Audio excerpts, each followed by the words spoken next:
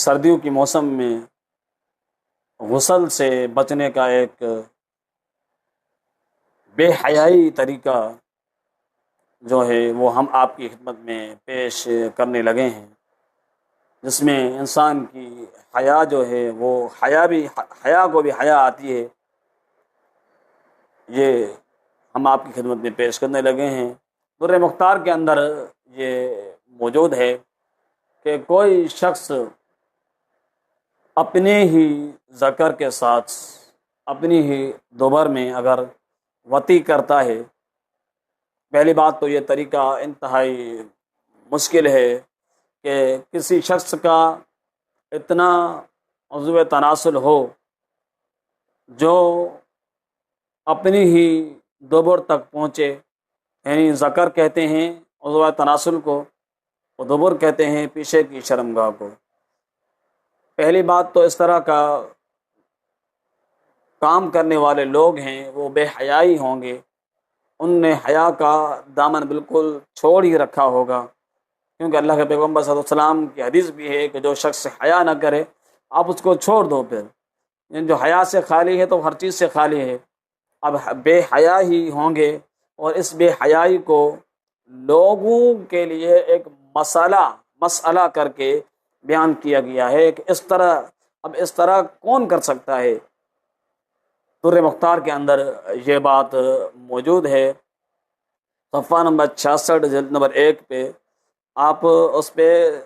دیکھ سکتے ہیں کہ وہ کہتا ہے کہ اپنی ہی دوبر،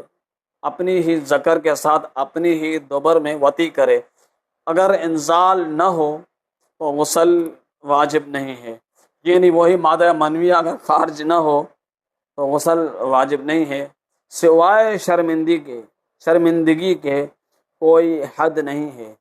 آپ اندازہ لگائیں کہ اگر یہ اسلام کے طریقے، اسلام کتنا پاکیزہ دین ہے کہ آپ جب غسل کرتے ہیں، دوران غسل آپ کو آپ کے ہاتھ اگر بغیر کپڑے کے شرمگاہ کو ٹچ ہو جاتے ہیں،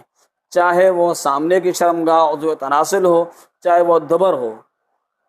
ٹچ ہو جاتے ہیں تو اس پہ اگر آپ نے، کیونکہ غسل جنابت کے اندر وضو ہوتا ہے، وہ آپ کا وضو ٹوٹ جاتا ہے،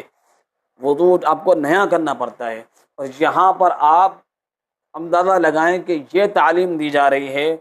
یہ بتایا جا رہا ہے غسل مطلب آپ اپنے مزے کا مزہ لیں اور آپ کے اوپر غسل بھی نہیں ہے، سوائے شرمندگی کے اور کچھ بھی نہیں ہے، سوائے بے حیائی کے اور کچھ بھی نہیں ہے۔ اس طرح لوگوں کو اپنے نفس کے ساتھ ظلم کرنا، اپنے نفس کے ساتھ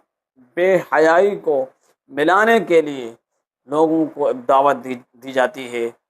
یہ دعوت نہیں تو اور کیا ہے؟ اور پھر انہی مسائل کو امام ابو حنیفہ رحمۃ اللہ علیہ کی طرف منسوب کیا جاتا ہے، اور کیا بھی گیا ہے۔ پچھلا مسئلہ ہم آپ کی خدمت میں جو پیش کیا پچھلی ویڈیو کے اندر، وہ امام ابو حنیفہ رحمۃ اللہ علیہ کی طرف منسوب کیا گیا ہے۔ آپ حیران ہو جائیں کہ آپ یہ حیرانگی والی بات ہے کہ کون ہے ایسا بے وقوف، کون ہے ایسا بے حیا انسان کہ جو اپنی حیا کو ترک کر دے اور اپنا ہی ذکر اپنی دوبر میں استعمال کرے اور اس میں وطی کرے، سوائے بے شرمی کے اور بے حیائی کے اور کچھ بھی نہیں ہے۔ تو معزز ناظرین، آپ اندازہ لگائیں، در مختار میرے حوالہ دیا ہے،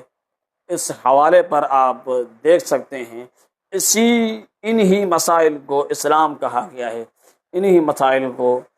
شریعت کہا گیا ہے۔